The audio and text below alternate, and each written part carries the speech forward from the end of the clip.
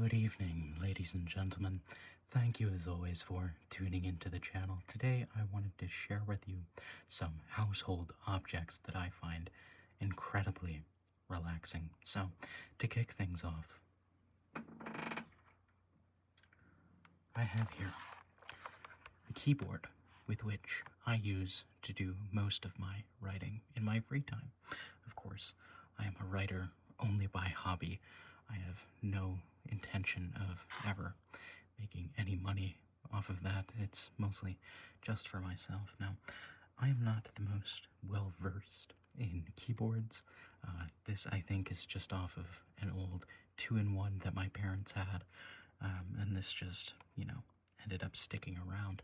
But I like this keyboard because it is a very low profile in comparison to the one that I use for playing video games. But it sounds very nice.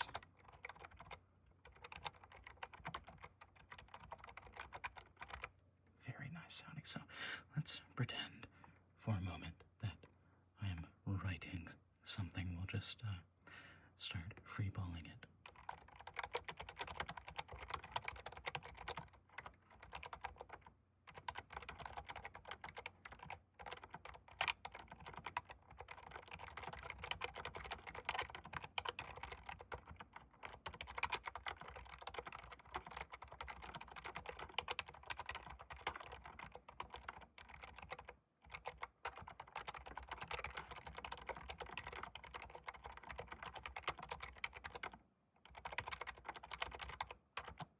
Of course, it can be somewhat difficult for me with my left hand being the way that it is.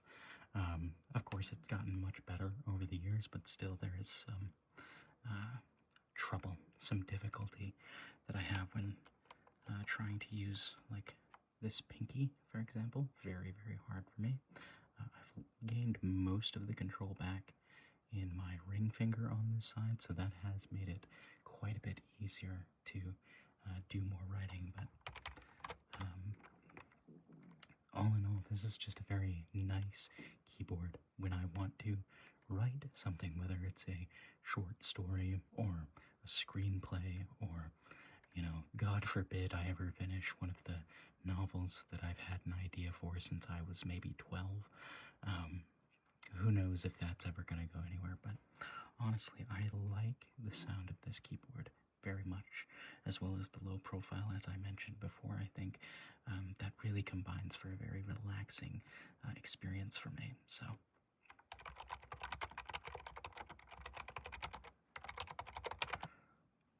again, just very, very nice sounding keyboard.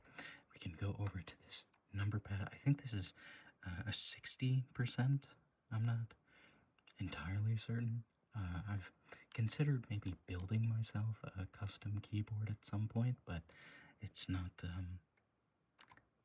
too big of a deal. But if we go over here, we can pretend that we're doing some very advanced financial calculations, right? So let's see. You've earned $2,500 this month, divided by 4, just for who knows. Multiply that by your interest rate you will be paying. The calculations come out to exactly far too much money. That is the way of the world, right? I can pretend to be the IRS, and I can put in my numbers here, and I know exactly how much money you owe me. But if you mess up, I am sending the full force of the law to your house. So, very, very relaxing to think about taxes. So, one more time, let's just listen to that keyboard.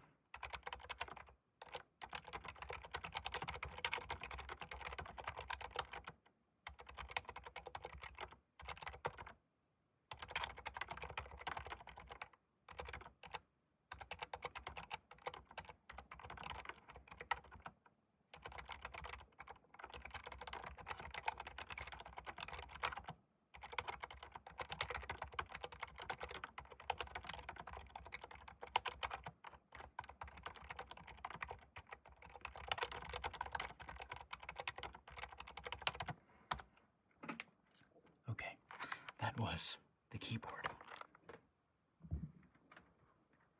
Our next item is this PlayStation DualShock 4 controller. I have spent many, many hours with this controller. I think it has a little bit of stick drift on this left. I've forgotten the joystick. The left joystick. I don't know why that didn't come to me, but I think there's a little bit of drift on that side. Right side, I'm not so sure, but all the buttons, for the most part, are still in good working order. Forza Horizon 6 came out recently, and I've considered purchasing that and getting into it with this fine piece of equipment here. This is what I used to play Forza on, back when I still played Forza. Of course, Forza is a $70 game, and that is very much preventing me from considering buying it, but I have this rule where if I'm going to be spending money, if I'm going to be spending any money on video games, for every dollar that I put into a purchase, every single dollar that I put into a purchase, I am expecting at least an hour that I get out of that.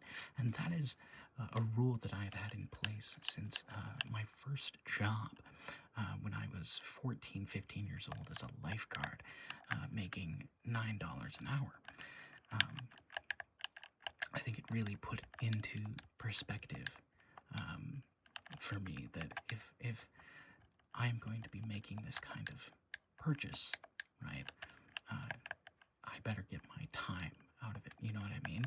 So I've bought maybe 4 games since then at full price, and every single time I've done that, it has been worth it. Most recently, that game was Dispatch. Dispatch is a story-based, very narrative-heavy Telltale style game that came out sometime last year about superheroes. It is a game that has a star-studded voice cast. It includes Aaron Paul and Laura Bailey, and Travis Willem, I believe is his last name, who plays Phenomenon. I might be getting that wrong. It's also got Moist Critical, Jacksepticeye, Alana Pierce. I can't remember the name of the woman who plays Prism, who does some of the music in the game. She has a few of her songs in the game, and she also blew up on TikTok after the game came out because of one of her songs being used in the game, and it was a very funny song and a very funny scene. If you've played Dispatch, you know the scene I'm talking about in the bar. But a Dispatch was a game that I purchased for full price. It was $30 when I purchased it. I currently on Steam have 29 hours of gameplay in it. I have not finished all of the endings, and maybe I'll go back and do that sometime soon. I've had an itch to go and replay it. I've replayed it twice, and there are 3 endings technically that I understand, but I'm not entirely sure how to do one of them, because there is there are 3 endings because there's an achievement for it. I believe the achievement is called It's Complicated, and I don't want to get into too many spoilers for anyone who hasn't played the game, but I believe the achievement is called It's Complicated, now that I think about it, for the 3rd ending that I am hoping to go for. But this has been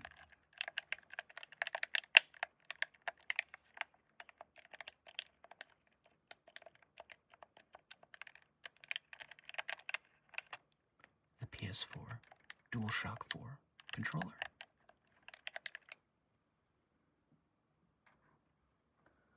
Up next, and this has been a staple on this channel for a while. I haven't used it in a while, but playing cards. Playing cards are a very, very classic trigger, right? And this is the Cobalt Lux deck. It's got that nice shiny metallic finish. Of course, I collect playing cards. I'll have to do an update video at some point. I've got a few new cards in my collection, and there are a couple that I'm chasing, but some of them are like hundreds of dollars a piece. Some of the card decks that I want, so a bit ridiculous, if you ask me. But the thing that I like the most about cards is the nice ripple sound that you get.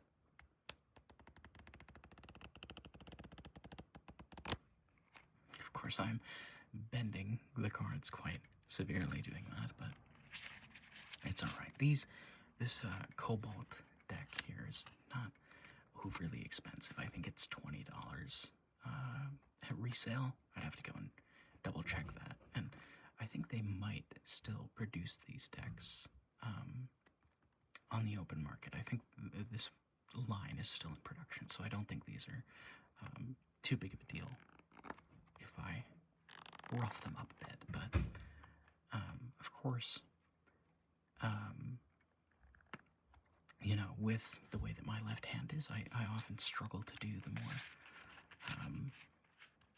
you know, fancy shuffles, you know, which is kind of a shame, because as I've mentioned before on this channel, the reason I got into collecting cards was because as a teenager, you know, 15, 16 years old, I discovered something called cardistry.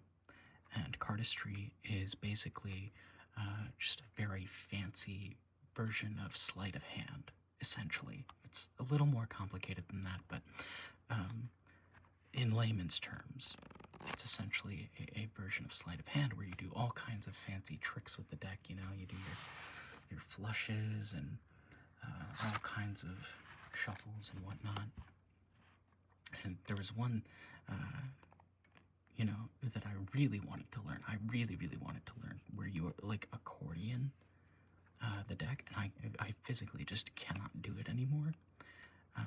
Not that I ever really got a hang of it, but you know, bend the cards a certain way and spread them out like that, and it was very, very cool. But I physically cannot do it anymore because this hand just doesn't have the strength in it on this side. So that was a shame.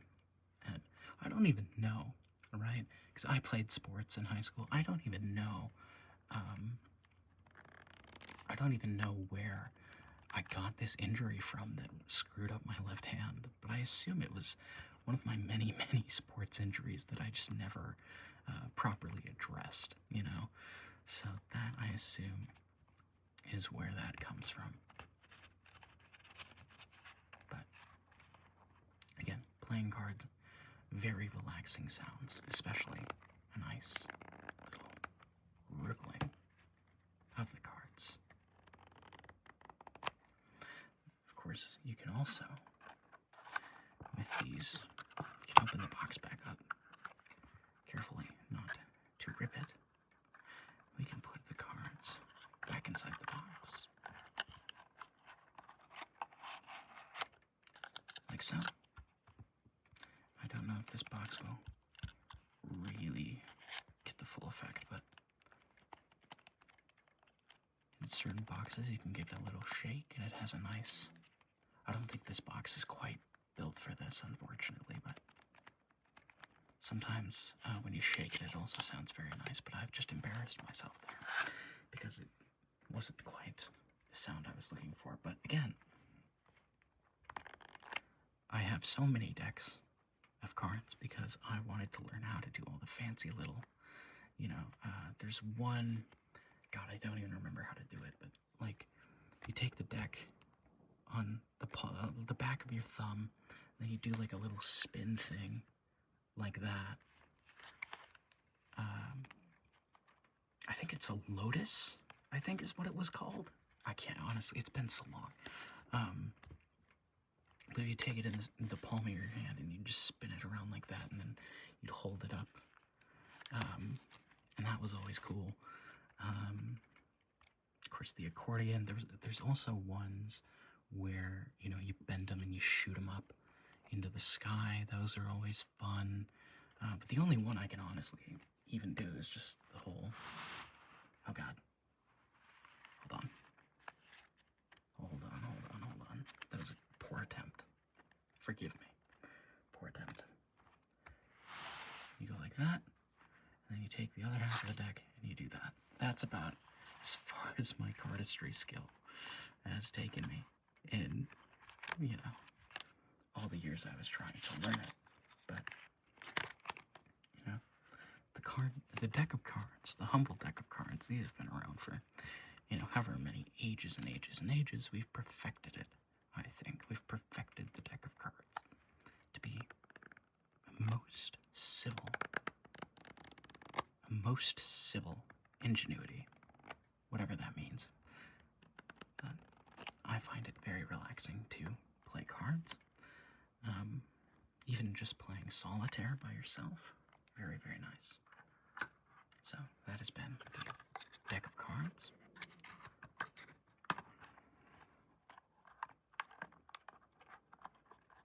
Hold on a second. There we go. This box is quite stuffed.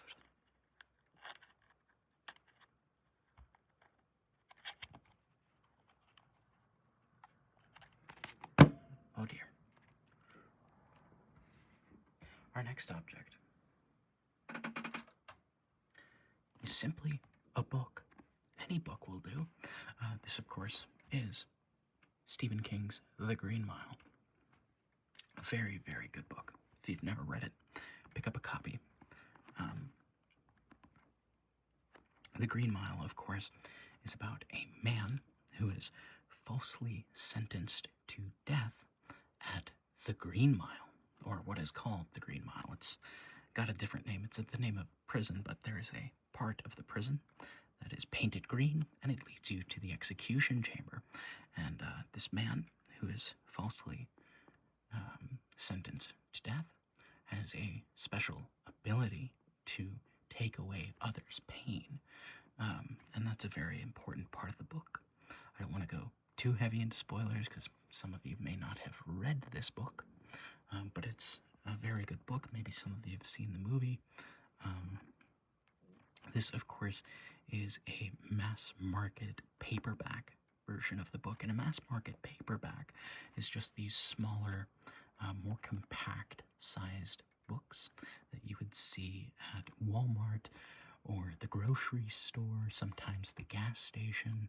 I remember when I was a kid going to the grocery store with my parents, I would always go up to the little book stand, right there at the front, and I would just look through all the different paperbacks that were there. I never got any of them, but I now have my own mass market paperback version of The Green Mile, and of course you can see right here on the front it says, now a major motion picture from Castle Rock Entertainment starring Tom Hanks.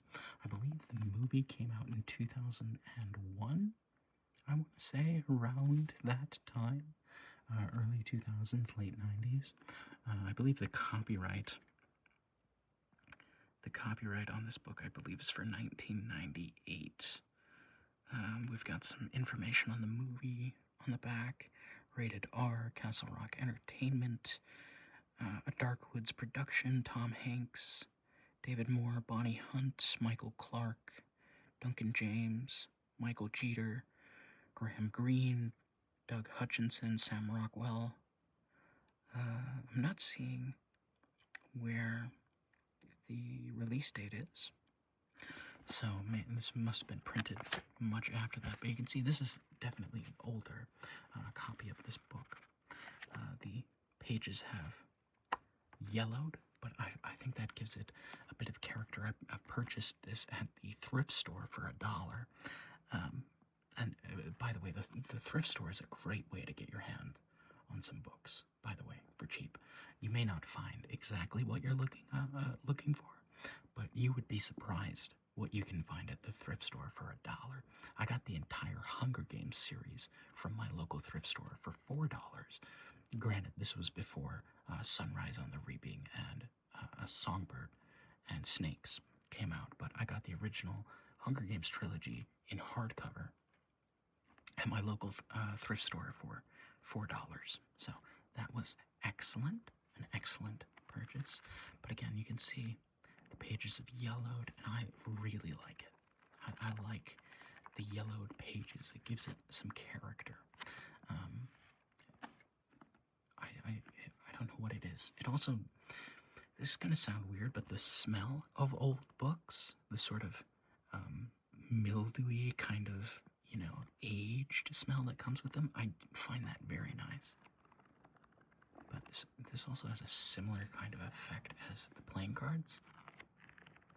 When you rifle through the pages, it just sounds breathtaking. Oh, that is really nice. I don't know how well that'll be picking up on this microphone because I'm just using, my cell phone to make these, but that is buttery smooth.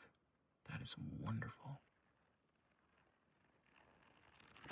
Oh, that's nice. That is really nice, but oh, I take that back. I apparently bought this for $1.50. The price tag is still there. This retailed for $7.99 when it was first released. You can see here on the top it says Pocket Books tie-in. I believe that is specifically mass market paperback publication. I don't think that they exist anymore because mass market paperbacks have kind of died off. They don't really produce them anymore, which is a shame because I really like the more compact nature. I mean, granted, the words are a little small at times, but that's just the way it is. That Frankenstein copy that I have, I believe, is also a mass market paperback copy of Frankenstein, but I can't be entirely certain. But just rifling through the pages, the act of page turning itself, if we open this up, right? And just let the pages turn. Oh dear. It's a very relaxing experience to just go through the pages. I'm trying not to bend the spine too much here, but I believe that is inevitable when you read a book like this. But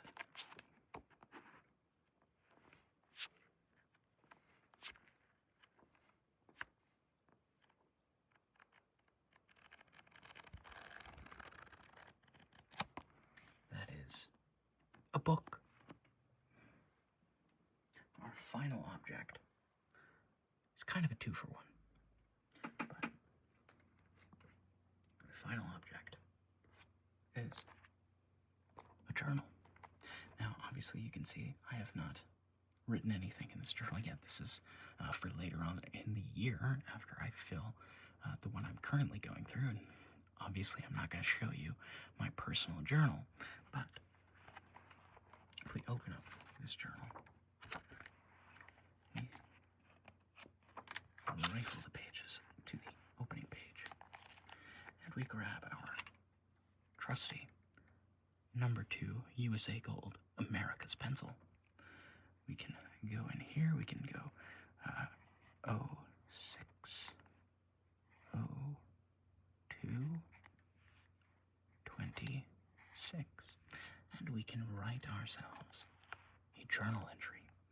Now, this will only be for show, of course. I'll have to erase it later, but I find the sound of pencil on paper significantly relaxing. I like it a lot. I know it's probably better to be using pen in a journal like this, but for demonstration purposes, I considered either doing it this way or just grabbing a piece of paper and squiggling on it. But if we just write hello, the top of the page. Hello there, ladies and gentlemen.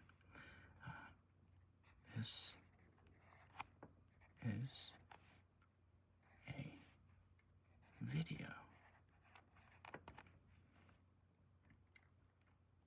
That's breathtaking information, isn't it? I hope you are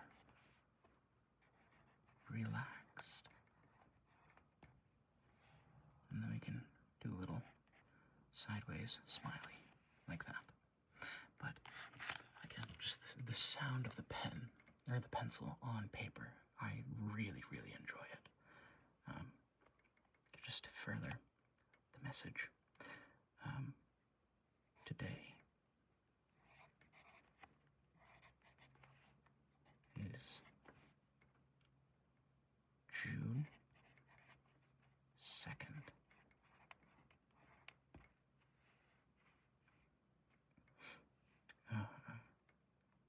The New York Knicks are in the finals.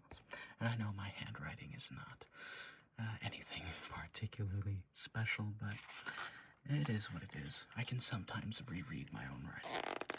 But that is a journal. Very relaxing. If you haven't journaled before, I highly recommend it. It is,